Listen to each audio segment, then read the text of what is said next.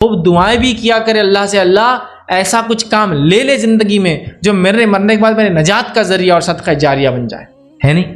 ایسی دعا بھی کرے اور کوشش بھی کرے، لیکن خالی دعا سے نہیں، کوشش بھی کرے۔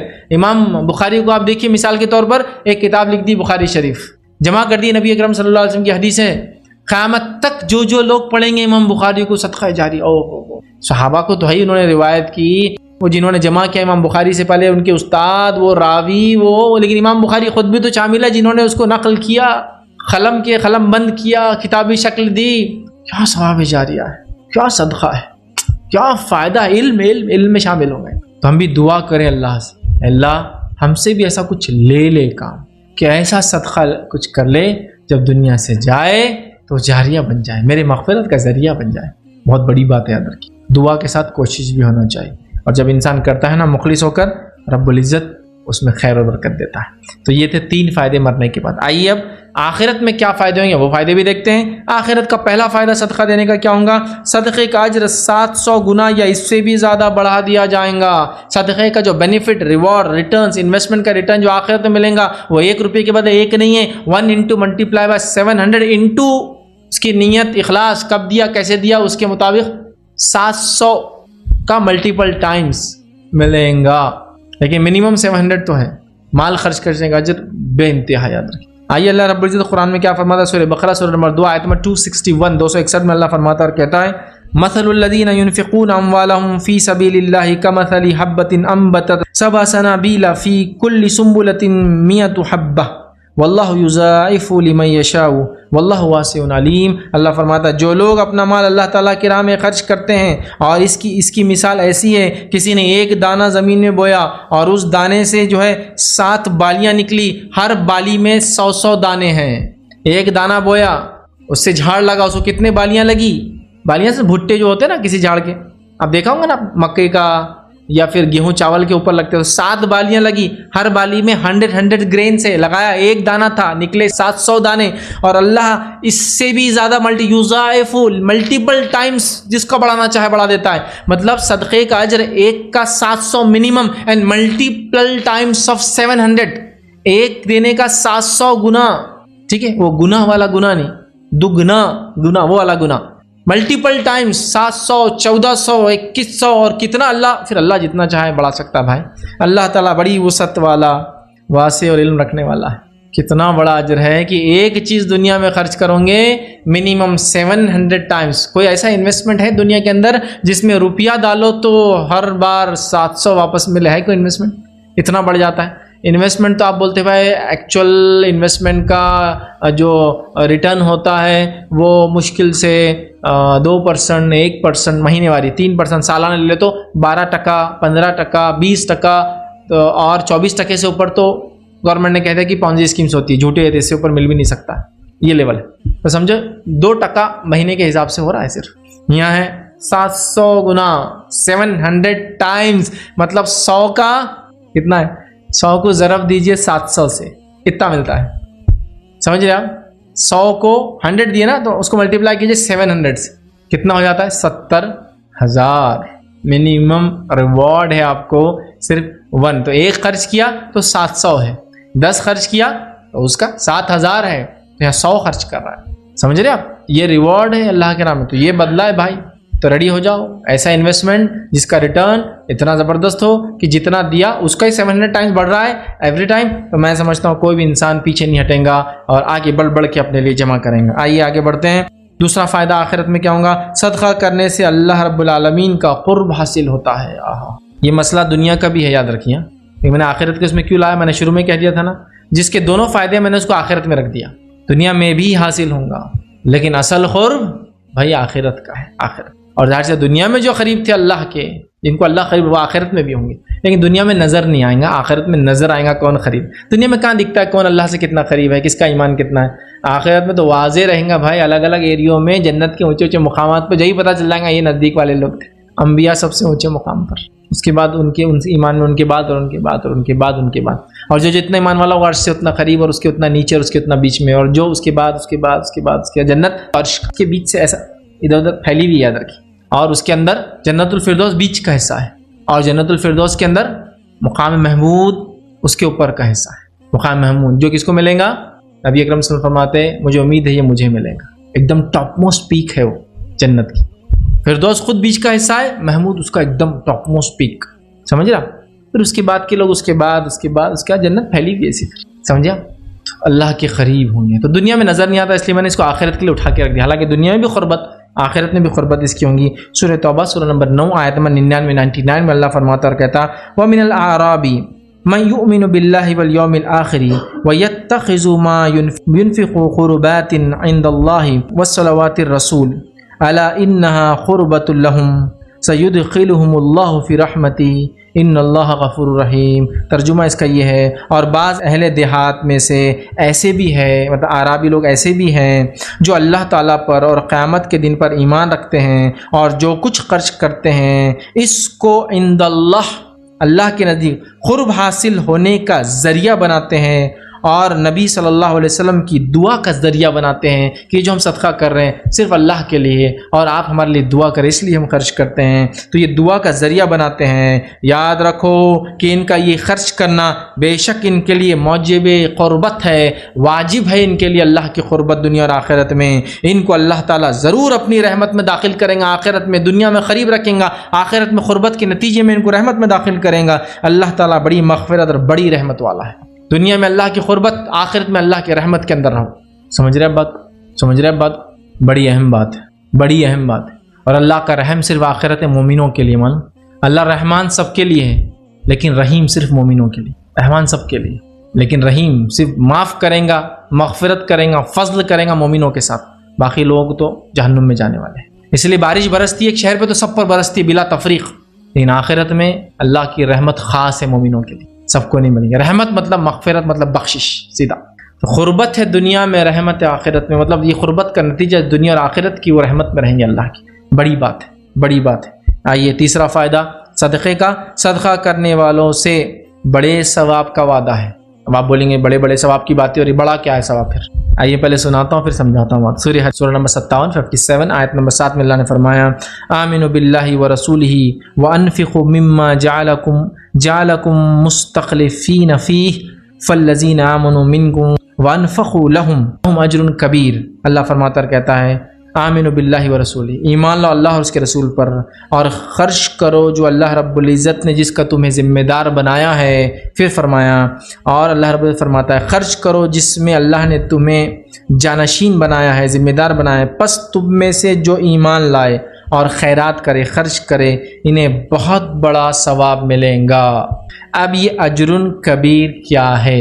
علماء لکھتے ہیں ایسی آیتوں کی شرح میں اور ان الفاظ کے کچھ عذابات اور کچھ ثواب انسان سمجھ سکتے ہیں تو اللہ نے اس کو ایکسپلین کر دیا. جنت ملیں گی، 2 جنت ملیں گی، جنت کے ایک دروازے سے 8 دروازے داخلہ ملیں گا، جنت میں یہ نعمت ملیں گی، جنت میں وہ گھر ملیں گا، جنت میں یہ حور ملیں گی. یہ تھوڑا بہت سمجھ میں آنے والی چیز ہے. حالانکہ غائب کی ہے، ادراک کرنا، ایکچوئل احاطہ کرنا ناممکن ہے ہمارے لیے دنیا میں، لیکن سمجھ میں آتی ہے.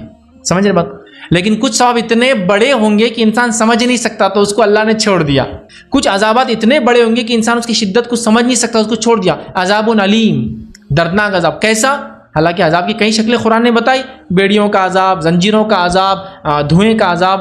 کیوں علیم کا مطلب یہ وہ عذاب ہے جو تم سمجھ نہیں سکتے ہو، اس لیے بہت سخت ہے، سمجھ لو، آؤٹ آف تمہارے تھنکنگ ہے، یہ تم سمجھ ہی نہیں. تو یہاں کہا اجر کبیر، بڑا اجر. کتنا ہم نہیں سمجھ سکتے، بہت بڑا ہم سمجھیں اس سے زیادہ بڑا. چوتھی فضیلت صدقے کی آخرت میں جو ملیں گی وہ کیا ہے؟ صدقہ دینے والوں کے لیے پسندیدہ اجر اور ثواب ہے. جیسا وہ چاہیں گے ویسا اجر اور ثواب.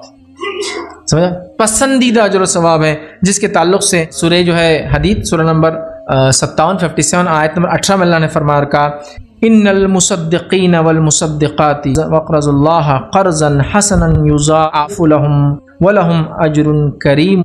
اللہ فرماتا اور کہتا ہے بے شک صدقہ دینے والے مرد و صدقہ دینے والی عورتیں اور جو اللہ کو خلوص کے ساتھ قرض دے رہے ہیں ان کے لیے بڑھایا جائیں گا اور ان کے لیے پسندیدہ اجر اور ثواب ہے.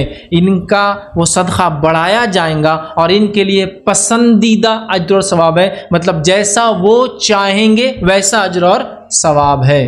کتنی بڑی بات ہے. آخرت میں جو آپ چاہیں گے وہ آپ کو ملے گا، صرف دنیا میں آپ کو صدقہ کرنا ہے. یاد رکھیں. آئیے 5واں جو ہے فائدہ صدقے کا وہ یہ ہے، آخرت میں صدقہ آخرت میں جہنم سے بچنے کا ذریعہ بنے گا۔ آئیے حدیث کے الفاظ، بخاری کی روایت ہے، عدی بن حاتم رضی اللہ عنہ فرماتے اور کہتے ہیں، انہوں نے کہا کہ میں نے رسول اللہ صلی اللہ علیہ وسلم کو یہ کہتے سنا ہے کہ جہنم سے بچو اگرچہ کھجور کا ایک ٹکڑا دے کر ہی صحیح، جہنم سے بچو اگرچہ کھجور کا ایک ٹکڑا دے کر ہی صحیح۔ پتہ چلا صدقہ چھوٹا اور بڑا نہیں ہوتا، انسان کی حالات و استطاعت کے مطابق جو کچھ دے سکتا ہے دے، ایک کھجور ہی صحیح دے، اگر کھجور کی ہی طاقت ہے تو کھجور دے، اور اپنے آپ کو کس سے بچائے؟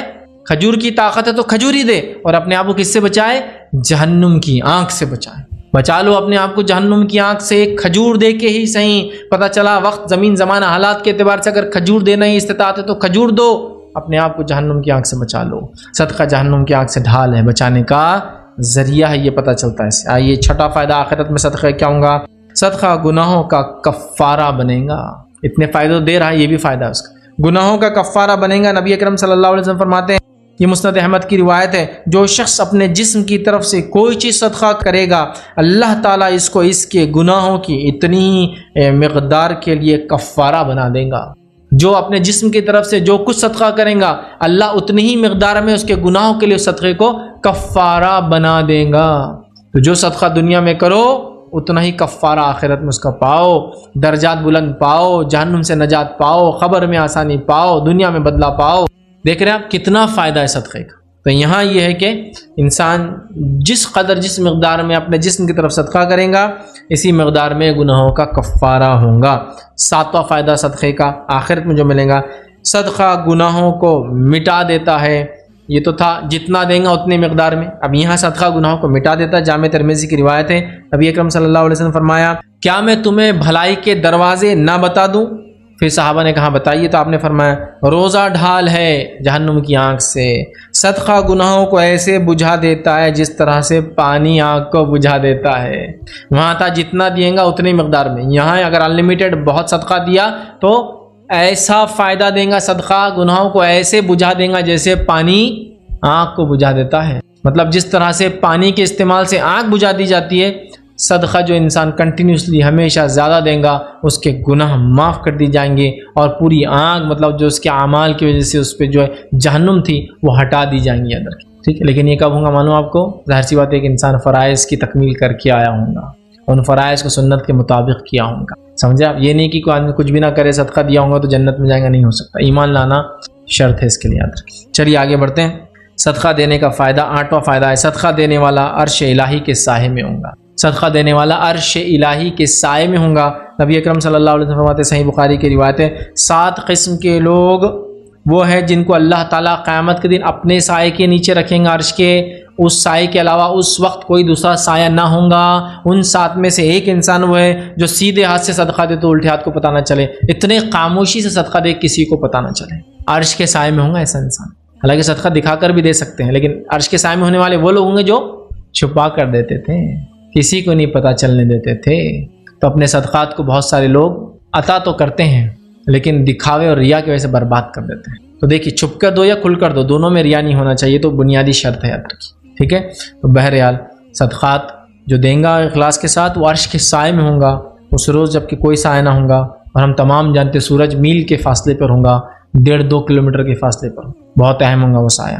آئیے 9واں فائدہ آخرت میں صدقہ دینے کیا ہوں گا؟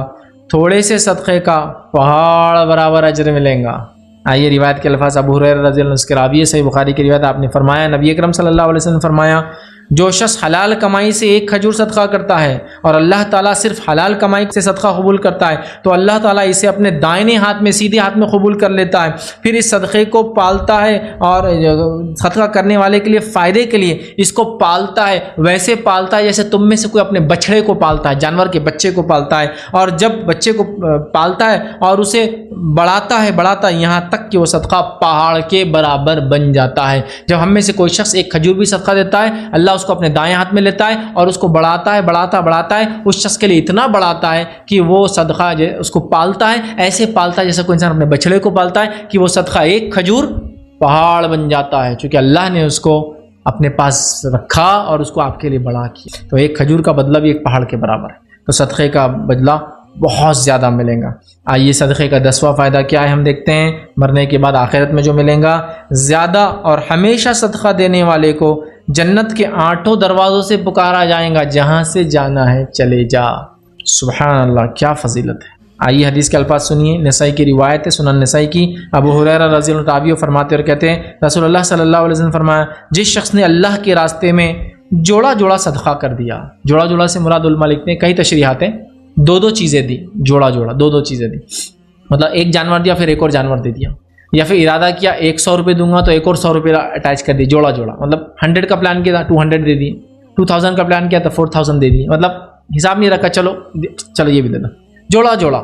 اس کا دوسرا معنی علماء لکھتے ہیں دیا اور مسلسل دیا اور کنٹینیوسلی دیا، ہمیشہ دیا، مطلب ایک دیا پھر دوسرا دے دیا، پھر دوسرا دیا پھر تیسرا، جوڑا ہو گیا، پھر تیسرا دیا پھر چوتھا دیا، دیتے رہا۔ تو جس کو میں نے اس لیے لکھا کہ زیادہ اور ہمیشہ صدقہ، مطلب زیادہ بھی دیا، مطلب سوچا پہلے 1 دوں تو 2 دے دیا، جوڑا کیا، اور ہمیشہ دیا، تو ایسے انسان کو کیا ملے گا، اس کے پکارا جائیں گا 8 دروازوں سے۔ تو نبی اکرم صلی اللہ علیہ وسلم فرمایا، جو شخص جوڑا جوڑا صدقہ دیتا ہے جنت کے سبھی دروازوں کے دربان اسے بلائیں گے، اے فلاں ادھر سے چلا جا، سبھی دربان آواز دیں گے، اے فلاں ادھر سے چلا جا، مطلب کیا پہچان ہوگی وہ آدمی کی، اس کو فرشتے پہچانتے ہوں گے پہلے سے، اس کو بلائیں گے ادھر سے جاؤ ادھر سے جاؤ، ہر آدمی آواز۔ ابوبکر صدیق رضی اللہ عنہ کے تعلق سے آتا، آپ وہاں موجود تھے جب آپ نے یہ بیان کی، اور جب آپ نے کچھ سوال کیا تو نبی اکرم صلی اللہ علیہ وسلم فرمایا، ابوبکر مجھے امید ہے تم ان میں سے رہوں گے، تمہیں 8 دروازوں سے پکارا جائے۔ سمجھ رہے ہیں بات؟ بہت بڑی فضیلت ہے صدقے کی، جو ہمیشہ دے، بڑھا چڑھا کے دے اور کنٹینیوسلی دے، اس کو اللہ، جس کو اللہ نے دیکھو مال دیا، صدقے کی اگر توفیق نہ ہوئی تو کیا فائدہ اس مال کا یار، دو اس کو، اگر زیادہ ہے تو ڈبل دو، جوڑا جوڑا، ہمیشہ دو، پکارے جاؤں گے پورے 8 کے 8 دروازوں سے۔ آئیے 11واں فائدہ قیامت کے دن جو ہوگا صدقات دینے کا آخرت میں، قیامت کے دن ہر شخص اپنے صدقے کے سائے میں ہوگا۔ حدیث میں الفاظ سنی کیا، ابن خزیمہ اور مسند احمد کی روایت ہے، قیامت کے دن ہر شخص اپنے صدقے کے سائے میں ہوگا، مطلب اس کا صدقہ اس کو سایہ کرے گا اس روز جس روز کوئی سایہ نہ ہوگا، لیکن اصل سایہ تو عرش کا ہے، اس کے ضمن میں اور سائے ہوں گے، جیسا روایت میں سورہ بقرہ کا سایہ، سورہ آل عمران کا سایہ پرندوں کی شکل میں آئیں گے، ہے نا، اسی طرح صدقے کا بھی سایہ، یہ لیکن ضمن میں ہے نا، ایکچوئل سایہ تو عرش کا ہے، یہ اس کے ضمن میں اور بھی سایہ ہوں گے، تو صدقے کے سائے کے نیچے ہوگا ایک انسان۔ اسی طرح 12واں فائدہ صدقہ دینے کا آخرت میں، یہ صحیح مسلم کی روایت ہے، نبی اکرم صلی اللہ علیہ وسلم نے فرمایا کہ ایک صاحب نے جو غلام تھے، انہوں نے پوچھا نبی اکرم صلی اللہ علیہ وسلم سے، میں اپنے مالکوں کا مال میں سے کچھ صدقہ دوں تو کیا مجھے اجر ملے گا؟ تو آپ صلی اللہ علیہ وسلم نے فرمایا ہاں، اور ثواب اس کا تم دونوں کو ہے آدھا آدھا، تم دونوں کو ملے گا ثواب، لیکن آدھا اور آدھا اجر ملے گا۔ تو دیکھیے غلام بھی اگر صدقہ کریں گا اس کو اس کا اجر ملے گا، اور آدھا اجر ملے گا، یاد رکھیے، جو اس کے مالک نے صدقہ کیا ہو۔ 13واں فائدہ آخرت میں جو صدقے کا ملے گا وہ یہ ہے، صدقے کا اجر بہت زیادہ ہے، مطلب اللہ کے یہاں صدقے کا اجر بہت زیادہ ہے۔ ابو امامہ رضی اللہ عنہ سے روایت کرتے ہیں کہ ابو ذر رضی اللہ عنہ نے کہا، اے اللہ کے نبی صلی اللہ علیہ وسلم، مجھے بتائیے صدقہ کیا ہے؟ رسول اللہ صلی اللہ علیہ وسلم نے فرمایا، اس کا ثواب چند در چند ہے، یعنی کئی گنا ہیں، اور اللہ کے نزدیک بہت زیادہ ہے۔ انہوں نے پوچھا کہ صدقہ کیا ہے؟ تو آپ نے فرمایا صدقے کا ثواب چند در چند ہے، اس سے بڑھ کر اور زیادہ ہے، بہت زیادہ ہے، یعنی کئی گنا، کتنے گنا نہیں جانتے، لیکن اللہ کے نزدیک یہ بہت بہت زیادہ ہے۔ کتنا زیادہ ہم نہیں جانتے، کئی جگہ تو بتائے گا کبیر ہے، جنت ملیں گی، سایہ ہوں گا، اجر کبیر، لیکن یہاں کا بہت زیادہ، کتنا زیادہ شاید ہم نہیں سمجھ نہیں پائیں گے، اتنا زیادہ اجر اللہ کے پاس کس کا؟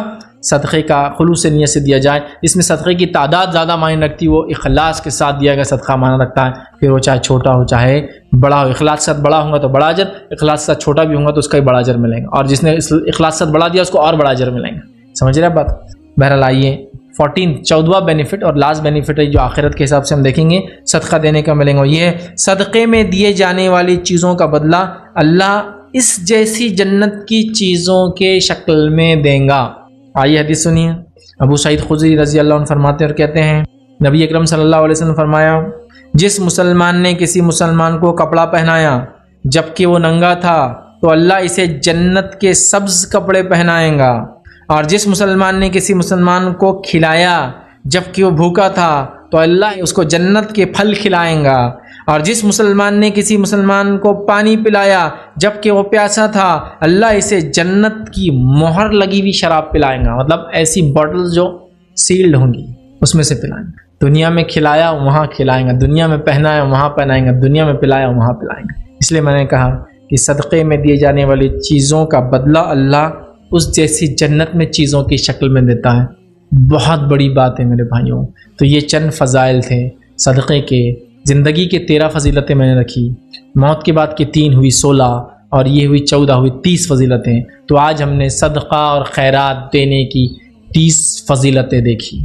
ویسے انڈیا میں عموماً صدقے کو خیراتی بولتے ہیں، لیکن صدقہ بہرحال یہ بھی ٹرم نون ہے، مشہور ہے۔ خیرات بھی اس کو بولتے ہیں اردو زبان کے اندر، خیر خیرات۔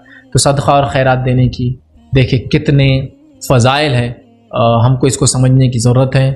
صدقہ اور خیرات یہ بڑی اہم چیز ہے، یاد رکھیے۔ میں نے ہو سکتا ہے لفظ صدقہ بار بار یوز کیا، چونکہ عربی میں وہی لفظ آتا ہے، لیکن صدقے سے مراد خیرات بھی اردو میں، جو لوگ صدقہ اگر نہ سمجھے عربی میں تو اردو میں خیرات کہتے ہیں۔ صدقات اور خیرات کے بڑے فائدے ہیں، ہم کوشش کریں خوب صدقہ دیں، چاہے ہم مالدار ہو چاہے ہم غریب ہو، اپنی استطاعت اور طاقت کے مطابق اخلاص اور خالص دل کے ساتھ ہم جتنا ہو سکے اتنا صدقہ دینے کی کوشش کریں۔ یہ صدقہ یقیناً دنیا میں ہو سکتا ہے چھوٹی چیز ہو، آخرت میں ہمارے لیے انشاءاللہ جس نجات کا ذریعہ بن سکتا ہے۔ اللہ رب العزت ہم تمام کو، اسی کے ساتھ میں اپنی بات کو ختم کروں گا، اللہ سے دعا کروں گا اللہ سبحانہ تعالیٰ ہم تمام کو صدقہ دینے کی توفیق عطا فرمائے، اللہ سبحانہ تعالیٰ ہم کو خیر خیرات کرنے کی توفیق عطا فرمائے، اللہ سبحانہ تعالیٰ ہمارے کیے گئے صدقے اور خیر خیرات کو جو قبول عطا فرمائے، اللہ سبحانہ تعالیٰ اخلاص سے نیت کے ساتھ ہمیں زیادہ زیادہ صدقہ کرنے کی توفیق عطا فرمائے، جب تک ہمیں زندہ رکھے، اسلام اور ایمان پر زندہ رکھے، خاتمہ ہمارا ایمان پر ہو۔ وآخر دعوانا ان الحمد للہ رب العالمین، سبحان ربک رب العزت عما یصفون وسلام علی المرسلین والحمد للہ رب العالمین۔ کوئی بات اس درس سے نہ سمجھو یا آپ کا کوئی سوال ہو تو پوچھ لیں۔ خواتین اپنے سوال کے اوپر چٹس ہوتے ہیں، اس پر لکھ کر بھیجیں۔ مرد حضرات اپنے سوال کے لیے ہاتھ اٹھائیں، آپ تک مائک لایا جائیں گا، اپنا سوال جو ہے مائک میں کریں۔ بسم اللہ الرحمن الرحیم، الحمد للہ رب العالمین والصلاة والسلام علی خاتم النبیین والمرسلین، رب اشرح لی صدری ویسر لی امری واحلل عقدۃ من لسانی یفقہوا قولی، اما بعد۔ السلام علیکم۔ فائز بھائی، صدقہ کی جو شکل ہے پیسے دے کے ہی ضروری ہے یا کچھ ایسا کرانے کا سامان گھر میں رکھ کے دے سکتے ہیں؟ بھائی نے ایک سوال کیا کہ صدقہ پیسے کی شکل، نقد کی شکل، کیش کی شکل میں دینا ہی ضروری ہے یا کچھ سامان وغیرہ کرانے کا یا کچھ اور دے سکتے ہیں؟ دیکھیے، جس وقت جس زمین جس زمانے جس حالات میں سامنے والے کو جس چیز کی ضرورت ہے وہ چیز آپ عطا کرے، وہ صدقہ ہے۔ جیسا مثال کے طور پر مال کی ضرورت ہے تو مال دے، یہ صدقہ ہے۔ ننگا تھا تو کپڑا پہنا، یہ صدقہ ہے۔ بھوکا تھا تو کھانا کھلائے، یہ صدقہ ہے۔ پیاسا تھا تو پانی پلائے، یہ صدقہ ہے۔ پانی کی ضرورت ہو کسی سماج میں تو پانی کا انتظام کرے، یہ صدقہ ہے۔ تو صدقہ یہ ڈیپینڈ ہے آپ زمین زمانہ حالات پر۔ جیسے کہ ایک انسان مالدار ہے، دوسرا انسان بھی مالدار ہے، اس کو آپ کے صدقے کی ضرورت نہیں، لیکن اس سے ہنس کر ملے، صدقہ ہے۔ وہ بوڑھا آدمی ہے جو دوسرا مالدار ہے، اس کی مدد کرے فزیکلی، صدقہ ہے۔ اس کو سواری پہ سوار کرا دے، صدقہ ہے۔ اس کا سامان اٹھا دے، صدقہ ہے۔ تو صدقہ ڈیپینڈ ہے زمین زمانہ حالات ماحول کے اعتبار سے آپ کر سکتے ہیں۔ کیش فائدے مند اور زیادہ بہتر ہے مالی صدقہ، کیوں؟ وہی اس اعتبار سے کہ وہ اس سے کچھ بھی کر سکتا ہے، ننگا کپڑا پہن سکتا ہے، بھوکا کھانا کھا سکتا ہے، پیاسا پانی پی سکتا ہے۔ اسی طرح جو ہے جس کو جو ضرورت ہے اپنی ضرورت پیسوں سے پوری کر سکتا ہے۔ تو آپ چاہے تو پیسوں کی شکل میں دیں کیش، یا چاہے تو کائن کسی اور شکل میں دیں، ڈیپینڈ ہے یہ حالات پر۔ جیسا کسی کے پاس کرانے کی ضرورت نہیں ہے لیکن اس کو کیش کی ضرورت ہے، کرانا تو کہیں سے آ جاتا ہے، کھیتی وغیرہ سے اناج آ جاتا ہے، لیکن اب دوسری چیزیں بھی تو لانا ہے نا کھانے پینے کے لیے، تو اس کی ضرورت پڑتی ہے۔ تو یہ ڈیپینڈ ہے، آپ اس کی حالات کو دیکھیں، اس کے اعتبار سے کریں۔ جنرلی کیش پریفریبل اس لیے ہوتا ہے کہ ترجیح اس لیے دی جاتی ہے کہ اس سے کچھ بھی چیز کنورٹ ہو سکتی ہے، یہ پیسے سے انسان کچھ بھی لے سکتا ہے، تو لہٰذا کبھی یہ بھی بہتر ہوتا ہے۔ لیکن آپ اس کے حالات کو دیکھیں، اس کے حساب سے آپ جیسا کہ کوئی منتھلی کرانے کا انتظام کر دے کسی کے لیے، صدقہ ہے، بہت بڑا صدقہ ہے۔ کھانے کا نظم کر دے کہ روز غریب لوگ آئے یا کوئی بھی آئے اور آپ کے پاس کھا کے جائے، تھوڑا موٹا 10-15 کلو آپ روز لے جا کے بناتے کسی علاقے میں، پہلے تو مستحق غریب ہی ہوں گے لیکن کوئی بھی آ کے کھانا چاہے کھا لے اس میں سے، ٹھیک ہے؟ تو کچھ بھی ہو سکتا ہے، اس علاقے کی ان لوگوں کی اس حالات کی ضرورت کے تحت آپ کریں۔ یہ تمام چیزیں انشاءاللہ صدقے میں آ سکتی ہے۔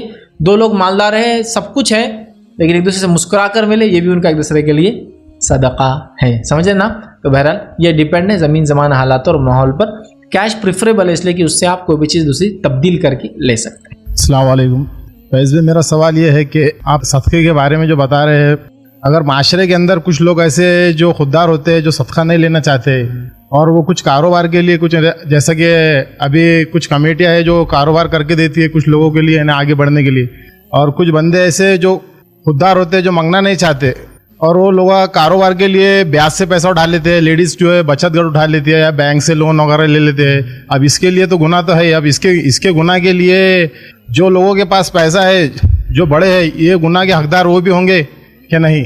بھائی نے ایک سوال کیا کہ جو لوگ خوددار ہوتے ہیں، مستحق ہوتے ہیں، خوددار ہوتے ہیں، پیسہ نہیں لیتے ہیں، لوگوں سے نہیں لینا چاہتے تو بینک وغیرہ سے لے لیتے ہیں، پھر وہ سودی قرض میں ڈوب جاتے ہیں، عورتیں بچت گھر سے لے لیتی ہے، سودی قرض میں ڈوب جاتی ہے، تو کیا مالدار لوگ اس کے ذمہ دار ہوں گے نہیں ہوں گے؟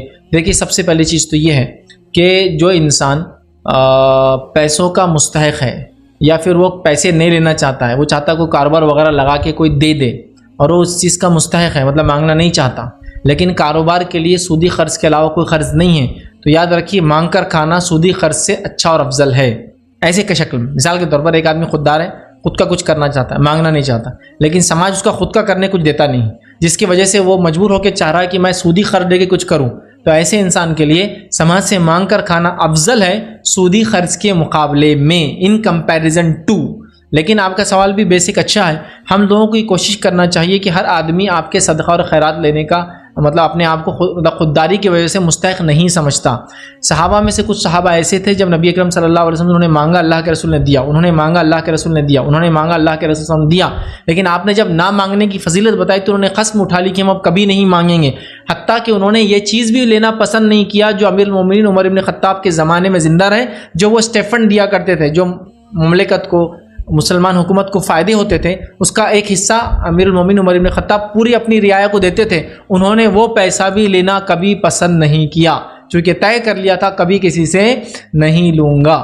سمجھ رہے بات کو؟ اتنی خودداری تھی، تو خودداری ہونا چاہیے۔ تو ایسے لوگوں کے لیے سماج میں ایسی تنظیمیں، ایسی سوسائٹیاں ہوں جو ان کو روزگار سے لگا کے دینے کی کوشش کرے، لیکن ایسے لوگوں کو تلاش کرنے کی ضرورت ہے، چونکہ دھوکے باز لوگ کھڑے ہیں صفوں میں لینے کے لیے اور مستحق صفوں میں نظر بھی نہیں آتے ہیں، تو لہٰذا ہم لوگوں کو ڈھونڈیں اور ان کے لیے کام کریں۔ میرے کچھ تجربات میں ایک دو آپ سے شیئر کرتا ہوں۔ اس میں ایک تجربہ یہ تھا کہ ہم نے سوچا جو فقیر مسجدوں کے باہر ہوتے ہیں، عورتیں فقیر ہوتی ہیں، مرد فقیر ہوتے ہیں، ہم نے سوچا ان کو چھوٹی موٹی کرانے کی دکان، ان کا گھر جہاں جا کے انسپیکشن کریں، ان کے گھر کے اندر کوئی دکان، کچھ بھی ایسا چھوٹا موٹا اسمال اسکیل جس کو بولتے ہیں، 10 15 20 ہزار میں شروع ہم کریں۔ ہم جب ان تک اپروچ کیے، ایک صاحب کو ہم ملے، ان کو کہا کہ آپ مانگتے ہیں، آپ کو ہم انتظام کر دیتے ہیں، آپ بوڑھے بھی ہیں، اتنا گھومتے ہیں، اس سے اچھا ہم انتظام کرتے ہیں۔ ان کا گھر تھا، ہم نے کہا گھر کی دیوار کا پیچھے کا حصہ توڑ دیں گے، شٹر بھی نہیں ڈالیں گے، چھوٹا سا ایک کھڑکی ہوتی ہے نا، بس کھڑکی ہے، اس کو کھول دیں گے، وہاں چھوٹا سا پلیٹ فارم ڈال کے کرایہ چھوٹا سا آپ کو بسکٹ گولیاں وغیرہ، تاکہ آپ بچے وغیرہ آئے کچھ شروع کریں۔ حالانکہ وہ دنیا بھر میں گھومتے تھے، بوڑھے حضرت تھے کافی، تو بولے نہیں میرے سے کہاں جانا ہوگا، کہاں لانا ہوگا، کہاں رکھنا ہوگا۔ ہم بولے حضرت تم کلومیٹر تک گھومتے کہیں پیدل، ہم تم کو خودداری کا کرے۔ تو بعد میں بولے دیکھو تمہاری دکان میں میرے کو روز کا 100 200 ملیں گا، یہاں 800 900 روپے ملتے ہیں میرے ڈیلی۔ ہم نے کہا پھر تو ہم یہ نہیں کر سکتے آپ کی، تو پرابلم یہ بھی ہے۔ لیکن جینوینلی مستحق لوگ بھی ہیں، ہمیں چاہیے کہ ان کو تلاش کرے اور ان کو پہنچائے۔ لیکن اگر وہ مستحق لوگ جو خوددار بھی ہیں، اگر ایسے لوگوں کو نہ پائے جو ان کی مدد کریں، تو میں گزارش کروں گا وہ سود کی طرف نہ جائے۔ سود بہت بڑی بلا ہے، بہت بڑا گناہ ہے، لہٰذا وہ پھر لوگوں سے لے زیادہ بہتر ہے بجائے سود کی طرف جائے، یا لوگوں کو بتائے، یا پھر لوگوں سے ادھار لے قرض کے طور پر، تاکہ وہ صدقہ بھی نہ لے اور پھر واپس لوٹانے کی بہرحال کوشش کرے۔ اللہ سبحانہ تعالیٰ ہم تمام کو صحیح معنوں میں جو ہے حلال روزی کو کمانے کی جو توفیق عطا فرمائے، اور ہمیں توفیق دے کہ مسکینوں کو تلاش کر کے ان کی ہم جو مدد کریں۔ کسی نے سوال کیا، کیا صحابہ رضی اللہ عنہ نے پہلی ہجرت حبشہ کی جانب کی تھی یا مدینہ کی جانب؟ تو یاد رکھیے صحابہ نے پہلی ہجرت حبشہ کی جانب کی تھی، مدینہ کی جانب نہیں کی تھی۔ مدینہ میں ہجرت حبشہ کی ہجرت کے بعد ہوئی، بلکہ حبشہ میں 1 سے زائد ہجرتیں ہوئی، 1 اور 2 کا بھی آتا ہے، 2 ہجرتیں ہوئی، اس کے بعد پھر مدینہ میں بڑی تعداد میں ہوئی، جبکہ حبشہ میں کم تعداد میں صحابہ گئے، مدینہ میں ایک بڑی تعداد میں صحابہ گئے۔ کسی نے ایک سوال کیا، کیا یتیم خانے میں صدقہ دے سکتے ہیں؟ یقیناً یتیم مستحق ہوتا ہے، یتیم کمزور ہوتا ہے، یتیم کبھی کبھار مالی اور کبھی کبھار جسمانی آپ کی مدد کا مستحق ہوتا ہے، کہ تو کبھی غریب یتیم ہوتا ہے اور کبھی مالدار یتیم بھی ہوتا ہے، تو لہٰذا یتیم کو صدقہ آپ دے سکتے ہیں، یتیم کو صدقہ مال کی شکل میں بھی دے سکتے ہیں، اور اس کی مدد کر کے مدد کی شکل میں بھی آپ دے سکتے ہیں، اور کرنا چاہیے، چونکہ یتیم سماج کا بڑا کمزور فرد ہوتا ہے، یاد رکھیے، اسی لیے اسلام نے اس کی بڑی تائید کی، اس کی بڑی مدد کرنے کا، اس کو جو ہے مالی تعاون کرنے کا، اس کی مال کی حفاظت کرنے کا بار بار ہمیں جو ہے حکم دیا ہے، یاد رکھیں۔ کسی نے سوال کیا بلی کو کھانا کھلانا کیا صدقہ ہے؟ یقیناً جانوروں کو بھی، گیلے جگر کو کھانا کھلانا صدقہ ہے۔ جانوروں کو بھی کوئی کھلاتا ہے، پلاتا ہے، مرہم پٹی کرتا ہے، ان کی دیکھ بھال کر لیتا ہے، ان کی مدد کر دیتا ہے، ان کو پانی پلا دیتا ہے، یہ تمام جو ہے صدقہ اور بڑا اجر کا باعث ہے۔ نبی اکرم صلی اللہ علیہ وسلم فرماتے ہیں ہم سے پہلے لوگوں میں کچھ لوگ تھے، اور دو واقعات ہیں ملا کے بیان کر رہا ہوں سمجھنے کے لیے۔ ایک انسان تھا جو پیاسا تھا، کنویں میں اترا، پانی کافی گہرا تھا، اس نے نیچے اترا، ڈول نہیں تھا، اور پی کر اوپر چڑھا۔ جب وہ باہر آیا تو دیکھا کتا ہے، زبان باہر ہے، مٹی کو چاٹ رہا ہے، اس نے سمجھ گیا یہ بھی پیاسا ہے۔ پھر وہ آدمی نیچے اترا، چونکہ ڈول نہیں تھا، ظاہر سی بات ہے ہاتھ پیر سے چڑھنا اترنا ہے، تو وہ نیچے اترا، پانی کیسے لے اس کے لیے؟ تو اس نے اپنا جوتا اتارا، جوتے میں پانی پڑا، جوتے کو منہ میں پکڑا، ٹھیک ہے، اور پھر ہاتھ پیر سے چڑھ کے اوپر آیا اور کتے کو پانی پلایا، اللہ رب العزت نے اس کی مغفرت کر دی۔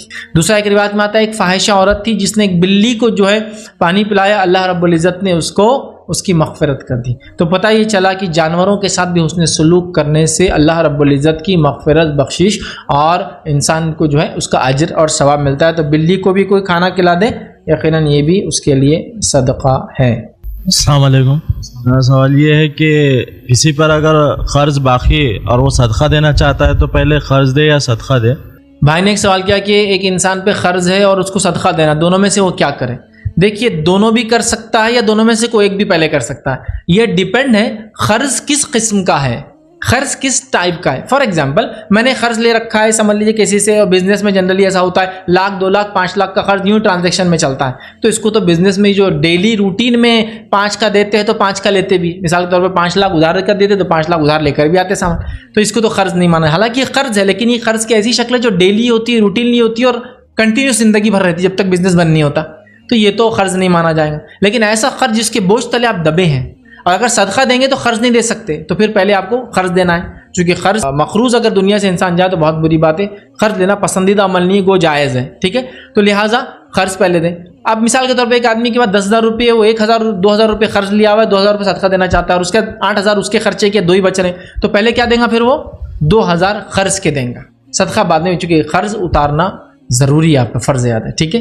لیکن اگر ایسا معاملہ ہے قرض ایک لانگ ٹرم والا ہے، 2 سال 3 سال میں دینا ہے، 1-2 لاکھ روپئے ہر مہینے 2-4 ہزار، اور ساتھ میں 1,000-2,000 صدقہ بھی دے سکتا ہے، تو قرض بھی دیتا رہے، صدقہ بھی دیتا رہے، یہ ڈیپینڈ ہے سچویشن پہ۔ لیکن ترجیح کس کو پہلے دینا ہے؟ تو میں کہوں گا ادھار کو پہلے چکائیے، ٹھیک ہے، لیکن ادھار لانگ ٹرم میں اور چلتا رہتا بزنس پوائنٹ آف ویو سے جو ریگولر ہے، تو پھر صدقہ بھی دیجیے، قرض بھی چلنے دیجیے۔ نہیں، دونوں میں سے کوئی ایک دینا ہے تو پہلے پھر قرض کو دیجیے، صدقے کو بعد میں دیجیے، کیونکہ صدقہ نفل ہے اور قرض واجب ہے، فرض ہے کہ آپ اس کو اپنے اوپر سے اتارے۔ نبی اکرم صلی اللہ علیہ وسلم نے جو لوگ قرض کے ساتھ دنیا چلے گئے، سمجھانے کے لیے قرض بڑی اہم چیز ہے، واپس لوٹانا ضروری ہے، آپ نے جنازے کی نماز تک نہیں پڑھی، سمجھ رہے ہیں بات؟ تو لہٰذا جب تک ادا نہ کیا جاتا تھا آپ رکے رہتے، اگر کوئی کہتے اللہ کے رسول میں ادا کر دوں گا تو آپ پڑھا کرتے، سمجھ رہے ہیں؟ تو لہٰذا ہم کیا کریں، قرض کو پہلے دیں پھر صدقہ ہے، لیکن اگر دونوں چل سکتے ساتھ دونوں چلائیں، یا پھر ایسا ہے کہ قرض کو بعد میں بھی دینا ہے، صدقہ پہلے یہ کر لیں، یہ ڈیپینڈ ہے ایک آدمی کی سچویشن اور سیناریو پر، یاد رکھیں۔ کسی نے ایک سوال کیا ہے کہ میرے شوہر اپنی پوری سیلری مجھے لا کر دیتے ہیں،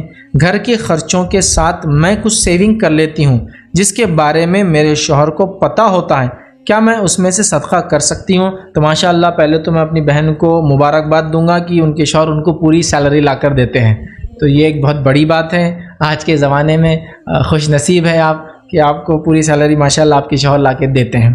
چلیے، بہن کا پھر سوال تھا آگے کہ ساتھ میں سیونگ بھی کر لیتی ہوں، وہ سیلری میں سے وہ خرچ بھی کرتے ہیں اور جسٹ سم تھنگ سیو بھی کر لیتے ہیں، تو کیا، اور ان کے شوہر کو نون ہے کہ میری بیوی اس میں سے سیونگ بھی کر رہی ہیں، تو کیا میں اس میں صدقہ کر سکتی ہوں؟ اگر شوہر کو پتہ ہے تو ہاں، آپ اس میں اس سیونگز میں سے صدقہ کر سکتے ہیں، اس کا اجر آپ کو بھی ملے گا اور آپ کے شوہر کو بھی پورا انشاءاللہ عزیز ملے گا، جبکہ ان کو نو ہے، آپ نے کیا لکھا، ان کو پتہ ہے اور میں اس میں سے صدقہ کرتی ہوں، تو شوہر کو اگر پتہ ہے کہ آپ سیونگ کرتی ہے اور اس میں صدقہ کرتی ہے تو اس میں کوئی حرج نہیں، انشاءاللہ آپ کر سکتی ہیں، آپ کو بھی اجر ملے گا اور آپ کے شوہر کو بھی انشاءاللہ العزیز اس میں سے اجر ملے گا۔ کسی نے ایک سوال کیا ہے، صدقے کا اجر بتائے پر اگر کسی کو تحفہ دے تو اس کا کیا اجر ہے؟ مطلب میں نے صدقے کا اجر تو بتایا، لیکن کسی کو اگر تحفہ دے، گفٹ دے، تو اس کا اجر کیا ہے؟ دیکھیے، اگر آپ کسی مستحق کو گفٹ کی شکل میں بھی کچھ دیتے ہیں تو وہ صدقہ ہی ہوگا، عطیہ آپ نے عطا کیا اس کو اپنے مال میں سے, لیکن اس کے لیے تو مدد ہو گئی ہو. تو کسی مالدار کو آپ نے اگر گفٹ دیا تو وہ اس کے لیے تحفہ ہوا, لیکن کسی غریب کو آپ نے تحفہ دیا تو وہ اس کے لیے صدقہ بن گیا, مطلب کہ وہ ضرورت مند تھا اس چیز کے لیے. تو ظاہر سی بات ہے تحفے دینے کا بھی آپ کو اجر ملے گا, کتنا تحفے سے فائدہ اٹھانے والے نے کتنا فائدہ اٹھایا اس کے اعتبار سے انشاءاللہ عزیز آپ کو انشاءاللہ عزیز اس کا بھی ضرور اجر ملے گا. کسی نے ایک سوال کیا, صدقہ اگر دینا ہے خود کی طرف اور گھر والوں کی طرف اور جو لوگ انتقال ہو چکے ان کی طرف سے دے سکتے ہیں, مینز نیت ایسی کرنا درست ہے, اور کیا ان سب کو اس کا اجر ملے گا؟ کسی نے سوال کیا کہ صدقہ وہ دے رہے ہیں اور ایسی نیت کر رہے ہیں کہ خود کی طرف سے, گھر والوں کی طرف سے اور میت کی طرف سے, اور تینوں کی نیت سے ایک صدقہ دے رہے ہیں, تو کیا ان تینوں کا اجر ملے گا؟ تو دیکھیے, اگر آپ ایک ہی چیز میں یہ نیت کریں کہ اللہ ان سب کو اس صدقے سے اجر ملے تو انشاءاللہ اس مل سکتا ہے, لیکن یہ صدقہ نفلی صدقہ ہوگا صرف اور صرف. جیسا کہ میں زکوٰۃ دے کے یہ نہیں کہہ سکتا یہ زکوٰۃ میری طرف سے, میرے ابا کی طرف سے, میرے امی کی طرف سے, میرے بہنوں کی طرف سے, نہیں. فرض زکوٰۃ جس کو صدقہ کہتے ہیں, صدقے کی فرض قسم زکوٰۃ ہے اور یہ فرض ہے, تو یہ میں دوں گا, میری بیوی دیں گی, میرے والدہ اپنا دیں گے اور میرے والد اپنا دیں گے. یہ الگ بات ہے کہ ان کی طرف سے میں بھی چکا دوں تو ایک الگ مسئلہ ہے. تو یہاں نیت سب کی الگ ہوں گی اور زکوٰۃ بھی سب کی الگ ہوں گی, لیکن آپ جو صدقہ کہہ رہے ہیں یہ خیرات ہے, نفلی صدقہ ہے. تو نفلی صدقے میں اگر میں یہ نیت کروں کہ اللہ یہ 10 روپے ہے, اس 10 روپے میں مجھے اجر ملے, میرے بچوں کو اجر ملے اور میری میت کو اجر ملے, تو انشاءاللہ ایسا ہو سکتا ہے, ایسا ہو سکتا ہے. اب کس کو کتنا اور کیسے وہ اللہ بہتر جانتا ہے, میں یہ نہیں بتا سکتا ہوں کہ اس میں سے ہاں اگر آپ کی نیت ہو کہ 30% مجھے ملے, 30% میرے رشتہ داروں کو ملے, 40% میتوں کو ملے, تو یہ بھی ہو سکتا ہے. یا اس نے جنرل دے دیا, اے اللہ ان سب کی طرف سے میں یہ صدقہ کر رہا ہوں, تو انشاءاللہ سب کو مل سکتا ہے. کتنا کیسے, کیا سب کو 10 روپے کے برابر ملیں گا؟ واللہ عالم. اس کے تعلق سے میرے پاس کوئی دلیل نہیں کہ سب کو 10 کا ملیں گا یا پھر اللہ تعالیٰ الگ الگ حصوں میں کریں گا, لیکن ایسی نیت تو وہ کر سکتا ہے کہ میرے پورے خاندان کی طرف سے صدقہ, میرے پورے خاندان کی طرف سے, میری طرف سے اور میری میت کی طرف سے صدقہ, ایسا تو وہ انشاءاللہ کر سکتا ہے. لیکن فرض زکوٰۃ کا جہاں معاملہ ہے وہاں فردن نیت بھی الگ ہوں گی اور وہ اپنا اپنا سب دیں گے. یہ الگ بات ہے کہ ان کی طرف سے بھی میں چکا سکتا ہوں, لیکن پورا مجھے جو ان کا حق ہے, جیسا ان کی میری زکوٰۃ 100 ہے, میری بیوی کی زکوٰۃ 50 ہے, تو میرے اپنے کو 100 دینا پڑے گا, اور میرے بیوی کی طرف سے مجھے 50, لیکن اس کی طرف سے میں دے رہا ہوں, اس کے بھی دینا پڑیں گے. ٹھیک ہے, تو ایسا کیا جا سکتا ہے, لیکن نفلی میں ایسا آپ کر سکتے ہیں کہ ایک ساتھ سب کی طرف سے یہ صدقہ. جی فیض بھائی, میرا سوال ہے کہ بھائی دکان پہ آدمی رہتا, ہندو لوگ بھی آتے ہیں, مسلم بھی آتے, سب کو دینا چاہیے؟ بھائی نے ایک سوال کیا کہ اگر کوئی مانگنے آتا ہے ہمارے پاس دکان وغیرہ پہ, تو مسلم غیر مسلم کیا دونوں کو دے سکتے ہیں؟ ہاں, صدقہ دونوں کو ہی دیا جا سکتا ہے. یاد رکھیے, کچھ جگہ صدقہ اسپیسیفک ہے مسلمس کے لیے تو ہاں مسلمس کو دیں, لیکن ان جنرل میں نے جو روایتیں آپ کے سامنے اکثر رکھی یہ پرٹیکولر نہیں تھی, جنرل تھی. جیسا کچھ جگہ تھا مسلم کو کھانا کھلائے, لیکن باقی جگہ کھانا کھلائے, گیلے جگر کو کھانا کھلائے, اس میں مسلم نان مسلم سب آ گئے. تو لہٰذا جہاں حدیث نے پرٹیکولر کیا وہاں پرٹیکولر ثواب ہے, جہاں حدیث نے جنرل رکھا وہاں جنرل ہے. لیکن یہ بات تو میں آپ کو بتا دوں, صدقہ عام ہے, مسلم ہو یا غیر مسلم ہو, بلا تفریق قوم ملت آپ کر سکتے ہیں, اس میں کوئی دو رائے نہیں. کچھ صدقے اسپیسیفک ہے وہ میں بتا دیا تھا کہ بھائی مسلم کو یہ کر, لیکن باقی تمام صدقے جنرل ہیں, یہاں تک کہ جانور کو کھلانا اور صدقہ دینا اجر ہے. تو لہٰذا آپ بالکل مسلم نان مسلم کی تفریق کے بغیر بالکل صدقہ کر سکتے ہیں, اس میں انشاءاللہ عزیز کوئی حرج نہیں ہے. السلام علیکم شیخ, ہمارا ایک عنوان سے سوال یہ ہے کہ اگر کوئی پریشانی آ جائے تو اب جب صدقہ دینا ہے تو اس کی کیا نیت کریں؟ بھائی نے ایک سوال کیا کہ اگر کوئی پریشانی آ جائے تو انسان اب کیا کرے, صدقہ کیا کرے. تو دیکھیے, اصل تو یہ کہ صدقہ آپ دیتے رہے, ہمیشہ دیتے رہے. پریشانی آ جائے تب بھی آپ صدقہ دے سکتے ہیں, چونکہ پریشانی آئی مطلب رب کا غضب ہے آپ پر, تو اس کو ٹالنے کے لیے بھی صدقہ دیا جا سکتا ہے. میں نے جو اپنے لیکچر کے بیچ میں تھوڑا سا یوں کہا کہ لوگ مصیبت آنے کے بعد ہی بھاگتے ہیں, یہ میں ان لوگوں کو صرف ایک تھوڑا سا نصیحت کے لیے کہہ رہا تھا کہ بھائی صدقہ تو پہلے سے دیتے رہنا ہے, یہ نہیں کہ مصیبت آنے کے بعد دینا ہے. ہمارے پاس ایک مینٹالٹی بنی ہے کہ مصیبت آنے کے بعد ہی دینا شروع ہوتا ہے, ایسا نہیں ہونا چاہیے. ہمیشہ بھی دیتے رہے اور مصیبت آنے کے بعد اور زیادہ دے انشاءاللہ. ٹھیک ہے, تو اگر آپ پر کوئی مصیبت پریشانی آئی ہے تو اللہ سے دعا کرے اور استغفار کرے, توبہ کرے اور صدقہ بھی ساتھ میں کرے انشاءاللہ. اس میں کوئی حرج نہیں ہے, لیکن میں بتانا یہ چاہ رہا تھا کہ شروعات سے دیتے رہے تو زیادہ بہتر ہے, افضل ہے. لیکن مصیبت آنے کے بعد بھی آپ صدقہ خیرات بالکل کر سکتے ہیں, اس میں بھی انشاءاللہ کوئی دو رائے نہیں ہے. اور پھر جب آپ شروع کر دیں تو ایک معمول بنا لے کہ میں اب دیتا ہی رہوں اور آگے بڑھتا رہوں. آج کل مسلم نوجوان لڑکوں لڑکیوں میں دیکھا جا رہا ہے کہ وہ کچھ ایپ پر ہے تو اپنی ویڈیوز بنا رہے ہیں, اس کے لیے اسپیشل ہے تو افیکٹس کر رہے ہیں, کچھ فارم ہاؤس خرید رہے ہیں, اور اس کے لیے آڈیشنز بھی ہو رہے ہیں جو مسلم لڑکے اور لڑکیاں دے رہے ہیں, تو ان کو کیسے سمجھائے کہ دجال کا فتنہ ہے؟ بھائی نے ایک سوال کیا کہ کچھ ایپس وغیرہ ایسے آئے جس پہ مسلم لڑکے لڑکیاں اپنے ویڈیوز بناتے ہیں اور اس کو اپلوڈ کر دیتے ہیں تاکہ اس سے آڈیشن ہو یا پھر وہ کوئی پروگرام کے لیے یا کسی چیز کے لیے ان کو بلائے یا جو بھی بہرحال ان کا اس کے پیچھے نیت ہے وہ آڈیشن کے بعد. تو اس معاملے میں مسلم نوجوان لڑکے لڑکیوں کیسے سمجھائیں؟ دیکھیے سب سے پہلی چیز تو یاد رکھیے, ایک مسلمان اپنے زندگی میں وہی کام کر سکتا ہے جو اس کے لیے جائز اور حلال ہو, اور ہم یہ جانتے ہیں دنیا میں ہر کام مسلمان کے لیے حلال نہیں ہے. اسی میں سے یہ ہے کہ ہم لوگ جو ہے جھوٹے قصے کہانیاں یا جس کو کہیں گے ایسی انڈسٹری جس کے اندر فحش انٹرٹینمنٹ جو حقیقت پہ مبنی نہ ہو, مطلب اس کی بنیاد ریالٹی نہیں ہوتی ہے, ایک ایسی دنیا ہوتی ہے جو حقیقت میں کبھی وجود میں نہیں آتی ہے. اس کے بعد اس کے اندر کئی اور برائیاں ہیں جو انسان کو فحش تک لے جاتی ہے, اوریانیت جس کو کہیں گے, ننگا پن, بے پردگی, محرم غیر محرم کا بغیر جس کو کہیں گے اختلاط ہوتا ہے. تو یہ تمام چیزیں ایک مسلمان کے لیے جائز نہیں ہیں. ٹھیک ہے, جو لوگ کرتے ہیں جن کے نزدیک حلال ہے وہ ایک الگ مسئلہ ہے, ہم ان کو کچھ نہیں کریں, لیکن مسلمان کے نزدیک یہ حلال نہیں ہے. تو لہٰذا مسلمان لڑکے لڑکیوں کو ان تمام چیزوں سے اپنے نفس کو بچانا چاہیے, ورنہ چھوٹی چھوٹی چیزیں. اور میں تو نہیں سمجھتا ہوں کوئی ایپ کے ذریعے آڈیشن کرتا ہے, میں تو سمجھتا ہوں ان کے اس ویڈیوز کو وغیرہ مس یوز ہی کیا جائے گا, یا بس کچھ نہ کچھ وہ ایک لیڈز جنریٹ کرنے کے لیے ہوں گا, جس سے وہ کمپنی جس نے ایپ بنایا وہ لیڈز جنریٹ کریں گے, اتنے لوگ میرے پاس ہے, اتنوں کا پروفائل ہے, اتنوں کا ڈیٹا ہے, اتنوں کی تصویریں, نہیں تو کم از کم اتنوں کے چالو ای میل ایڈریس اور فون نمبر تو آپ سے لے لیا. آپ سمجھ رہے ہیں, وہ بنا رہے ویڈیو وہ ڈال رہے وہ ایک الگ مسئلہ ہے, لیکن جو اصل چیز نکال رہے ہیں اس سے کیا نکالتے ہیں, وہ آپ کے ٹیلی فون نمبرز, کتنے ٹیلی فون نمبرز لائیو ہے, اس کو بولتے ہیں لیڈ. اور یہ سیل آؤٹ ہوتی ہے مارکیٹ میں, ڈفرنٹ مارکیٹ میں. جیسا کہ جو آدمی آڈیشن دے رہا ہے اگر اس کے لیڈز ان کو ملتے ہیں تو ان لوگوں کو آپ دیکھیں ایس ایم ایس کاسمیٹکس کے آئیں گے, ان کو ای میلس آئیں گے ایسے کمپنیوں کے جو فلاں سرجری, فلاں کاسمیٹک, فلاں فیشن, فلاں ڈیزائننگ, چونکہ ان کے پاس وہ لیڈز ہے جو فلم انڈسٹری میں یا انٹرٹینمنٹ انڈسٹری میں آنا چاہتے ہیں. سمجھ رہے آپ بات کو؟ تو اس سے ان کو لیڈز ملتا ہے جس سے وہ اپنے کسٹمر کو ٹارگیٹ کرتے ہیں. آپ ایک دکان پہ جائیے, ایک کپڑا خرید کے لائیے, اس کو فون نمبر دیجیے, آپ دیکھیں گے کئی الگ الگ کمپنیوں کے میسیجز آپ کو آنا چالو ہو جاتے ہیں کپڑوں کی. آپ بولیں گے یہ کیسا ہوا؟ چونکہ ایک کپڑا آپ نے خریدا, وہاں سے ایک لیڈ اس کو ملی, وہ لیڈ کو وہ بیچتا ہے دوسروں کو کہ بھائی دیکھو اتنے کسٹمر ہے, بولو کیا بولتے ہیں اس کا, اور وہ سیل آؤٹ ہوتے ہیں کہ بھائی چلو 1 روپے میں ایک لیڈ, 2 روپے میں, 10 روپے میں, 50 روپے میں, یہاں تک کہ بڑی بڑی لیڈز تو میں نے دیکھا ہوں ہزاروں لاکھوں روپے میں جاتی ہیں کہ بھائی پوٹینشیل کسٹمر کے نمبرز اور ای میل چاہیے. سمجھا؟ تو بہرحال اکثر تو کوئی آڈیشن نہیں ہوتا, اکثر صرف آپ کا ڈیٹا لینا ان کا مقصد ہوتا ہے. تو لہٰذا ایک تو یہ فراڈ ہوتے ہیں, دوسرا اگر صحیح بھی ہے تو یاد رکھیے مسلمانوں کے لیے درست نہیں ہے, وہ لوگ اپنے آپ کو اس سے بچائیں, خاص طور سے لڑکیاں, چونکہ آڈیشن ہوگا نہیں ہوگا, سلیکشن ہوگا نہیں ہوگا, آپ کا ویڈیوز تو ان کے پاس چلے جائیں گے اور وہ مس یوز ہو سکتے ہیں, ابیوز ہو سکتے ہیں. تو احتیاط کرنا ہی اس میں زیادہ بہترین چیز ہے. اور یاد رکھیے یہ انسان کو فتنے تک لے جا سکتا ہے. فتنہ مطلب ایک انسان کو اس کی زندگی کو پرابلم میں ڈال سکتا ہے, دینی اعتبار سے اور دنیاوی اعتبار سے. تو اس سے بچنا ہی ہمارے لیے زیادہ بہتر ہے. اس نے ایک سوال کہ اگر شوہر بات بات پر گالی دے یا ہمیشہ اچھی بات کا جواب برے انداز میں دے, بڑے بڑے بچوں کے سامنے بھی عزت نہ رکھتے ہو بیوی کی, تو کیا یہ صحیح ہے؟ اور ایک سوال تھا کسی کا شوہر اپنی بیوی سے برے انداز سے بات کرے تو اس کا کیا کرے. دونوں سوال ایک جیسے ہی دکھ رہے ہیں مجھے, میں دونوں کا جواب دے دیتا ہوں. دیکھیے سب سے پہلی چیز تو یہ ہے کہ میں مردوں کو نصیحت کروں گا کہ وہ اپنی عورتوں کے ساتھ, مطلب اپنی بیویوں کے ساتھ شوہر اچھا برتاؤ کرے.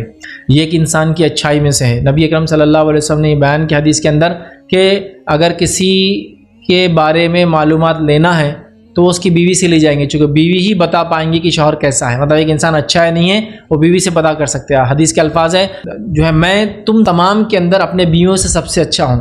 ایک مرد, اچھا مرد وہ ہے جو اپنے بیوی سے اچھا ہوتا ہے, اور میں تم تمام میں اپنے بیویوں سے سب سے اچھا ہوں. تو ایک انسان اچھا ہے یا نہیں ہے وہ اس کی بیوی بتا سکتی ہے. تو لہٰذا مردوں کا کام ہے کہ اپنے بیوی سے اچھی بات کریں. بچے چھوٹے ہو یا بچے بڑے ہو, بچوں کے سامنے ان کی ماں کی عزت کرے, یاد رکھے, جو کہ آپ کی بیوی ہے. یہ معاملہ ہمیشہ کے لیے, ورنہ کیا ہوتا ہے بچے پھر اپنی ماں کی عزت کھو دیتے ہیں, یاد رکھیں. لیکن ان تمام چیزوں کے باوجود میں نے دیکھا ہوں مرد اپنی عورتوں کے ساتھ, بیویوں کے ساتھ بڑا برا سلوک کرتے ہیں. قرآن میں اللہ رب العزت نے واضح احکام دی اور فرمایا وعاشرہن بالمعروف, ان کے ساتھ معروف اچھائی سے ان کے ساتھ سلوک کرو عورتوں کے ساتھ. لیکن اس کے بعد بھی ہم دیکھتے ہیں لوگ مرد جو ہے بیویوں کے ساتھ بہت برے انداز یا بہت برا سلوک کرتے. ہمیں چاہیے کہ وہ بھی انسان ہیں اور انسان ہونے کے ناطے ان کو بھی عزت دی جائے, ان کا بھی مقام ہے. اللہ رب العزت نے آدم کو پیدا کیا تو حوا کو بھی جنت میں ہی پیدا کیا, وہ کوئی کمتر نہیں ہے, یاد رکھیے, بدتر نہیں ہے. ہلکی نہیں ہے. یاد رکھیے اس کو اللہ رب العزت نے اگر بیٹی بنایا تو باپ کو شرف دیا کہ جنت میں جانے کی وجہ بنیں گی. یاد رکھیے اگر اس کو بیوی بنایا تو یہ آپ کو شرف دیا کہ اس کے ذریعے آپ کی اولادیں جو ہے پیدا ہوتی ہے دنیا کے اندر. اس کو ماں بنایا تو یہ شرف یہ مقام دے دیا کہ اس کے پیروں کے نیچے جنت دے دی. یاد رکھیے تو اس کا اسلام میں بڑا مقام ایک عورت کا, بیٹی ہونے کے ناطے, بہن ہونے کے ناطے, ماں ہونے کے ناطے, بیوی ہونے کے ناطے. لہٰذا آپ رسپیکٹ کریں. وہ شخص جو اپنی بیوی کی عزت نہیں کرتا, وہ بولتا میں تو ایسے ہی رہوں گا, کیا وہ یہ چیز پسند کرے گا کہ اس کا بہنوئی اس کی بہن کے ساتھ یہی سلوک کرے؟ کیا وہ پسند کرتا ہے اس کا والد ان کی والدہ کے ساتھ یہی سلوک کرے؟ چونکہ والد والدہ بھی تو میاں بیوی ہوتے ہیں نا رشتے میں, بہن بہنوئی بھی تو میاں بیوی ہوتے ہیں رشتے میں. تو وہ اپنے بہنوئی کو اپنے بہن سے ٹیڑھی بات کرنا پسند نہیں کریں گا, وہ اپنے والد کا اپنے والدہ سے ٹیڑھی بات پسند نہیں کریں گا. تو وہ کیسے پسند کرتا ہے کہ وہ اپنے بیوی سے ایسی بات کریں؟ اسے چاہیے وہ اچھی بات کریں. یہ میں عورتوں کو بھی نصیحت کروں گا, اگر کوئی آپ کی چیز اس کو بری لگتی ہے جس سے وہ ایسا رویہ اختیار کرتا ہے تو میں آپ کو بھی یہ کہوں گا اس رویے اس بری چیز کو آپ چھوڑنے کی کوشش کریں, ورنہ چھوٹی سی آپ کی برائی سے وہ بہت زیادہ برا مان لیتا ہے اور پھر آپ کو زیادہ تکلیف دیتے ہیں. تو لہٰذا دونوں کے لیے نصیحت ہے, لیکن مردوں کے لیے خاص نصیحتیں نبی اکرم صلی اللہ علیہ وسلم نے اپنی وفات سے پہلے جو نصیحت کی تھی اس میں ایک نصیحت جو آخری نصیحتوں میں سے ایک نصیحت ہے وہ فرمایا تھا, اور جو آپ نے فرمایا الصلاۃ وما ملکت ایمانکم, کہ نماز کو قائم کرو, نماز کی پابندی کرو, عورتوں کے ساتھ اور غلاموں کے ساتھ اچھا سلوک کرو, تمہارے سے سیدھے ہاتھ میں عورتوں اور غلاموں کے ساتھ اچھا سلوک کرو.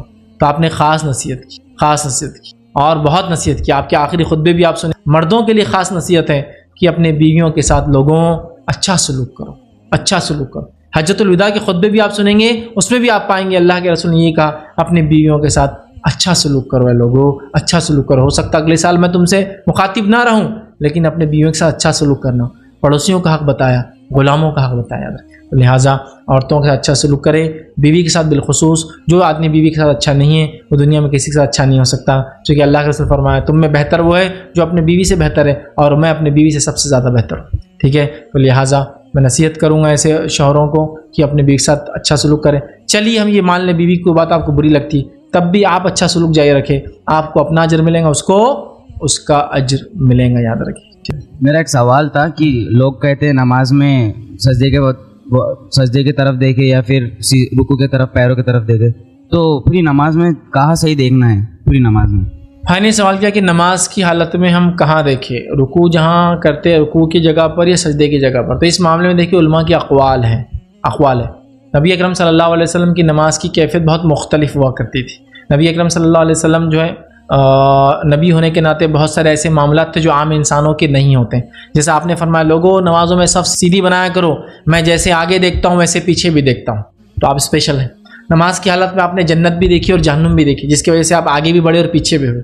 تو نبی اکرم صلی اللہ علیہ وسلم کہاں دیکھتے تھے وہ ہم کو مخصوص نہیں ملے گا, لیکن جو علماء کی مختلف رائے ہم کو ملتی ہے ان میں سے ایک جو ہے جو سب سے بہتر لگتی ہے مجھے وہ یہ ہے کہ جب آپ کھڑے ہو تو سجدے کی جگہ پہ دیکھیں, اور جب آپ رکوع میں ہو جائے تو رکوع میں حدیث میں آتا ہے پیٹھ سیدھی ہونا چاہیے, تو ظاہر سے گردن بھی سیدھی ہوں گی, تو تب نیچے دیکھیں جہاں بھی آپ کا جہاں چہرہ جاتا ہے. سمجھا؟ جیسے آپ رکوع میں جھکتے ہیں تو پیٹھ سیدھی ہوں گی تو چہرہ بھی سیدھا ہوں, گردن چہرہ پھر سیدھا ہوگا تو آنکھیں نیچے جائیں گی نا. تو رکوع میں ادھر نہیں دیکھتے, رکوع میں سیدھا دیکھیں, اور جب آپ کھڑے ہیں تو سمجھا, جو کہ حدیث میں اللہ کے رسول سیدھا کرتے تھے پیٹھ کو سیدھا. تو سیدھے میں کیا ہوگا پھر گردن نیچے نہیں ہوں گی نا, گردن سیدھی. تو گردن سیدھی ہوں گی تو وہاں جہاں آپ نیچے دکھ رہا وہاں دیکھیں گے, اور جب آپ کھڑے ہیں تو آپ سجدے کی جگہ پہ دیکھیں گے. ٹھیک, لیکن نماز میں آنکھ بند نہیں کرنا چاہیے. یاد رکھیے بس لوگ آنکھ بند کرتے خشوع کے لیے, یہ درست نہیں ہوگا. آنکھ کھلی رکھنا چاہیے نماز میں, اور سجدے کی جگہ, اور جب آپ رکوع میں ہیں تو گردن سیدھی ہونے کے بعد جہاں آپ نظر جاتی ہے آپ وہاں رکھیں. اور تفصیلات کے لیے آپ مختلف علماء کے دیگر اقوال آپ جو ہے نماز کے فقہ میں آپ پڑھ سکتے ہیں انشاءاللہ. اسی پر اپنی بات کو ہم ختم کریں گے. وآخر دعوانا الحمد للہ رب العالمین. سبحان ربک رب العزۃ عما یصفون وسلام علی المرسلین والحمد للہ رب العالمین.